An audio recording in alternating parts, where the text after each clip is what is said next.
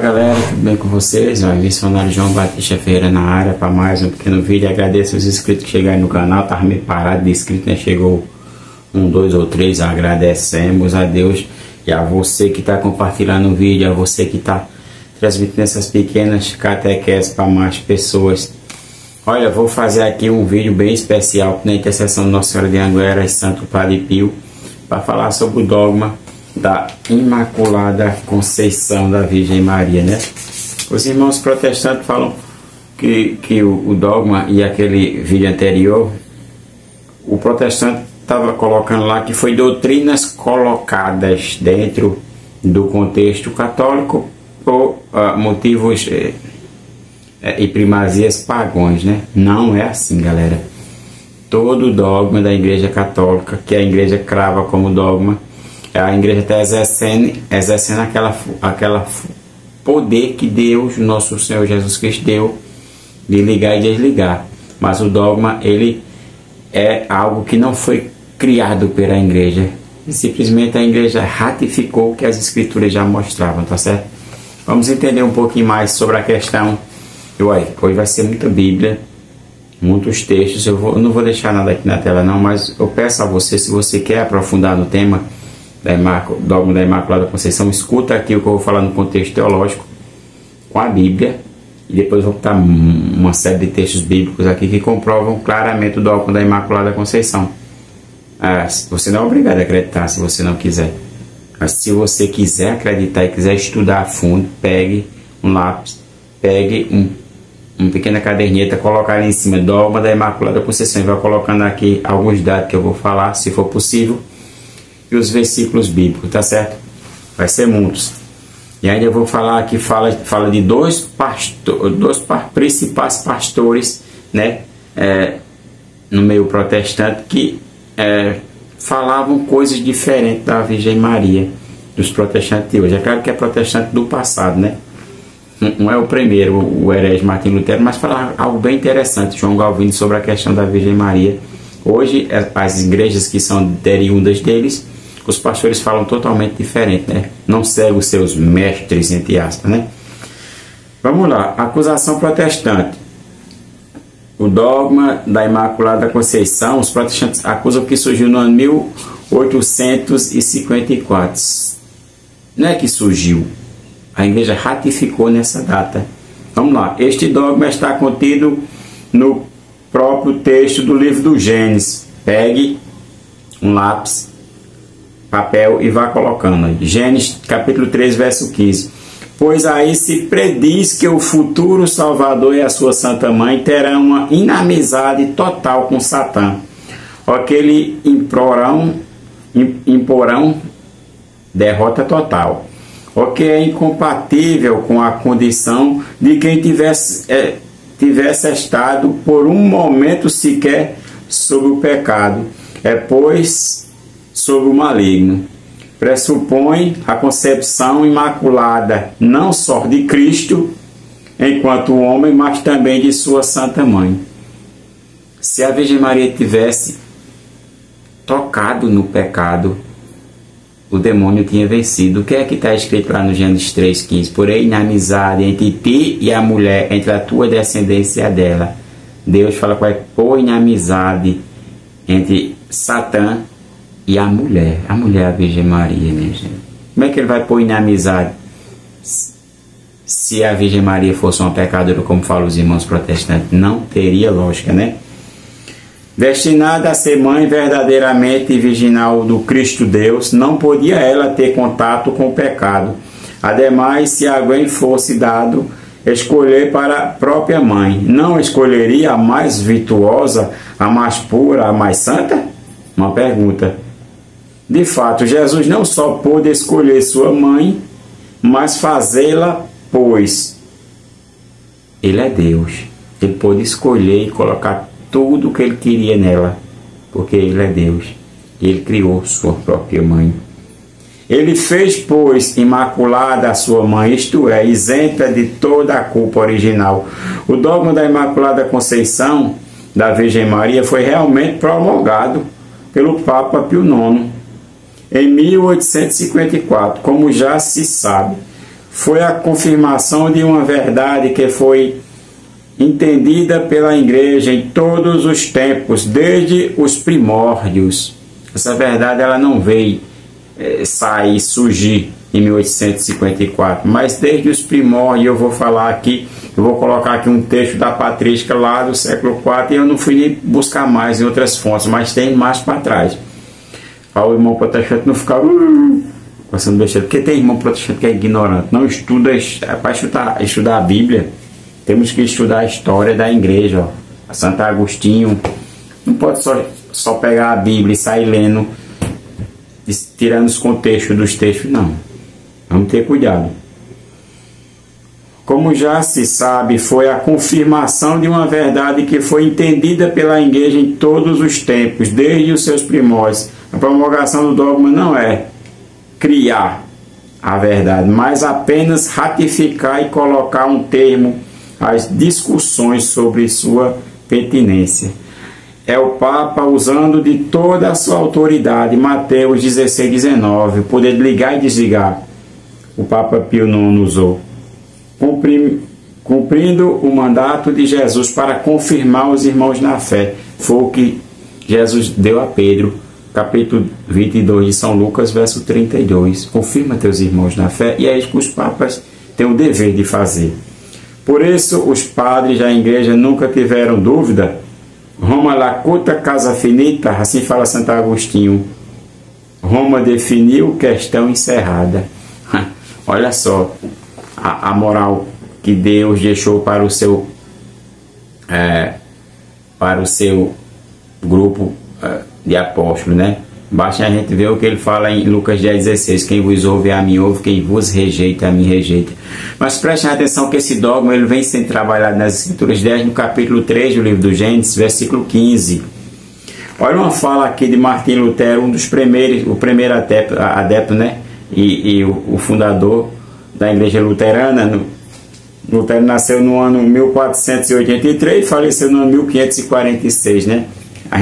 Quem estudou a história da igreja sabe da história do cristianismo, né?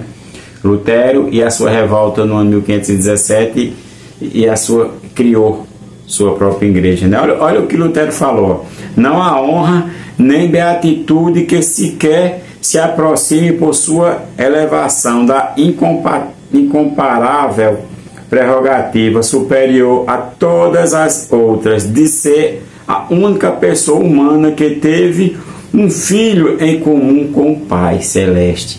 Aqui eu não vou colocar o livro para você, porque eu não vou conseguir entender que está em alemão, tá?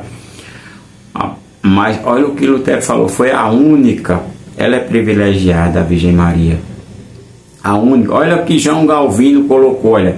João Galvino é daqueles que surgiram ali depois de Lutero, mas muito próximo, nasceu em 1509, portanto no meados do século XVI já.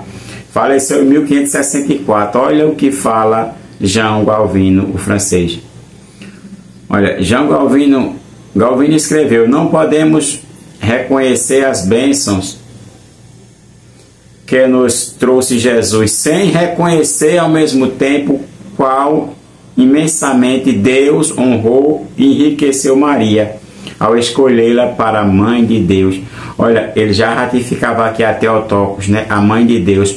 Aí se você procurar alguns protestantes oriundos dessas igrejas, como até a presbiteriana, vai ter pastores que dizem que a igreja inventou Theotokos, Nossa Senhora não é Mãe de Deus. O próprio João Galvino fala nos seus escritos, mas o protestante ele é muito ignorante, ele não vai buscar as bases, né? Imagina aqui que eu só coloquei para vocês aqui 3 textos, Gênesis capítulo 3, verso 15, ali já começa a mostrar o dogma da Imaculada Conceição, a inimizade que ali ia ter com Satã, quer dizer que não ia cometer pecado. O próprio Deus quis assim, a igreja ratificou pelo o poder que o próprio Deus encarnado deu a ela, Mateus 16, verso 19, tudo que ligado na terra está ligado no céu. E Lucas 22, 32, o Papa confirma os irmãos na fé.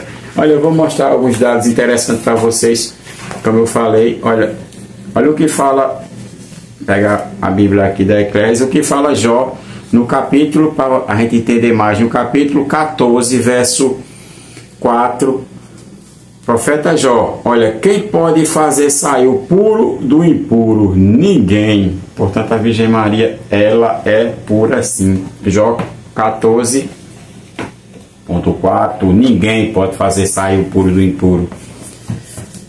Portanto, Deus, como é que ia surgir um Cristo puro e santo de uma mulher pecadora? Não pode. Prestem atenção o que está em Cântico dos Cantos, capítulo 4, verso 7, textos que remetem à Virgem Maria, né? Os irmãos protestantes podem dizer, não, mas aqui não está falando diretamente não. Diretamente não, mas indiretamente está falando. Preste atenção, capítulo 4, verso 7, falando sobre o dogma da Imaculada Conceição. Escuta aí, vá anotando. Eis toda formosa é minha amada, e não há mancha em ti. Prestem atenção que não há mancha, não há pecado.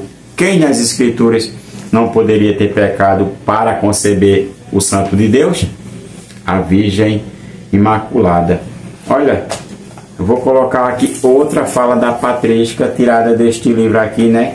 Sobre a questão, o que falava Santo Agostinho, né? Sobre a Imaculada. Prestem atenção que eu já falei a fala de dois hereges, falar agora aqui um dos doutores da igreja, Santo Agostinho, que muitos protestantes pegam as falas de Santo Agostinho e distorcem, né? Falam Agostinho, é Santo Agostinho, canonizado pela Igreja Católica Apostólica Romana. Olha o que ele fala da Imaculada Conceição. Olha, excetuando, pois, a Santa Virgem Maria, acerca da qual, pela honra de vida a Nosso Senhor, quando se trata de pecado, não quero absolutamente levantar questão alguma, porque sabemos que lhe foi conferido maior abundância de graça para vencer qualquer pecado. Mereceu ela conceber dar a luz ao que nos consta sem pecado algum. O que é sem pecado algum? Pedro deixa bem claro o primeiro Papa, na 1 Pedro 2,22, em Cristo não há pecado algum, né? Aí os irmãos protestantes falam, por que a Virgem Maria é uma criatura sim, mas que foi preservada? E Judas, a carta de São Judas, capítulo 1, que não tem capítulo, só tem versículo, mas eu coloquei aqui para vocês encontrarem mais fácil, né? Capítulo 1, verso 24, fala que Deus é poderoso para preservar quem Ele quer antes de cair. Foi o que aconteceu com a Virgem Maria, né? Imagine vocês que na velha aliança se encontrava-se pessoas que eram perfeitas, né, diante dos olhos de Deus. Na velha aliança, imagine a Virgem Maria. Olha, no capítulo 6 do livro do Gênesis, olha, preste atenção, anote aí, que olha, é muito texto, mas é uma riqueza que eu estou dando para vocês aqui, o dogma, com muitos textos, com textos teológicos da patrística, fala dos hereges, Lutero e Galvino, para vocês entenderem quão grande é essa mulher, né? Vamos pedir a intercessão de Nossa Senhora de Anguera e Santo Padre Pio. Olha, capítulo 6 do livro do Gênesis, a gente vai encontrar no verso 8. Olha, um indivíduo que era perfeito, olha, perfeito. Portanto, uma pessoa perfeita não tinha condição de ter pecado para se afastar de Deus, porque o pecado, como fala Isaías, se não estou enganado, no capítulo 59, não, a 51, ele afasta-nos de Deus. Olha Noé, ó, capítulo 6, verso 8 do livro do Gênesis. Porém, Noé achou graça diante do Senhor. Eis aqui os filhos que Noé gerou. Noé foi um homem justo e perfeito nas suas gerações. Andou com Deus. Olha só, pega a sua Bíblia aí, você vai ver, Noé é perfeito. Olha, porque perfeito, não tinha pecado em Noé que o afastasse de Deus, ele andava com Deus. Aí o que é que Jesus fala no Novo Testamento? Capítulo 5 de São Mateus, verso 48. Sede perfeito, porque o vosso Pai do céu é perfeito. Para andar com Deus tem que ser perfeito, né? E é isso que o católico busca a santidade. Mas Noé encontrou graça aos olhos de Deus. Quem foi aquela que estava cheia da graça? Se a gente for buscar nas Escrituras, Lucas, capítulo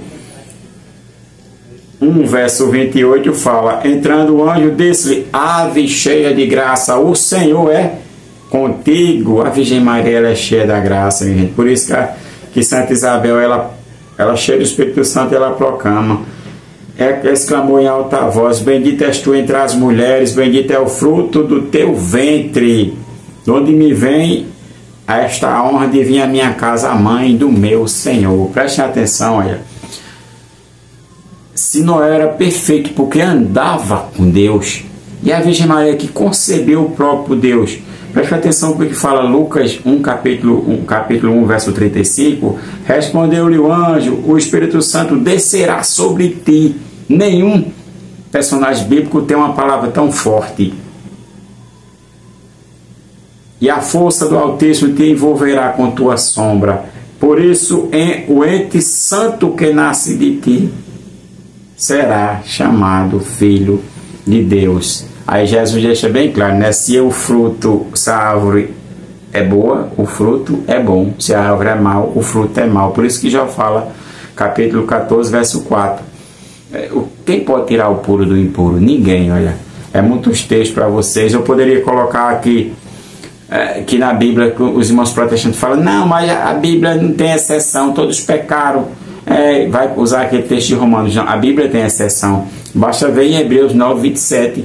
A Bíblia fala que o ser humano morre uma única vez, né? Mas a gente, quando lê João no capítulo 11, verso do 41 ao 44, fala que você pode ler o capítulo 11 todinho de São João, você vai falar que Lázaro morreu, mas Jesus ressuscitou.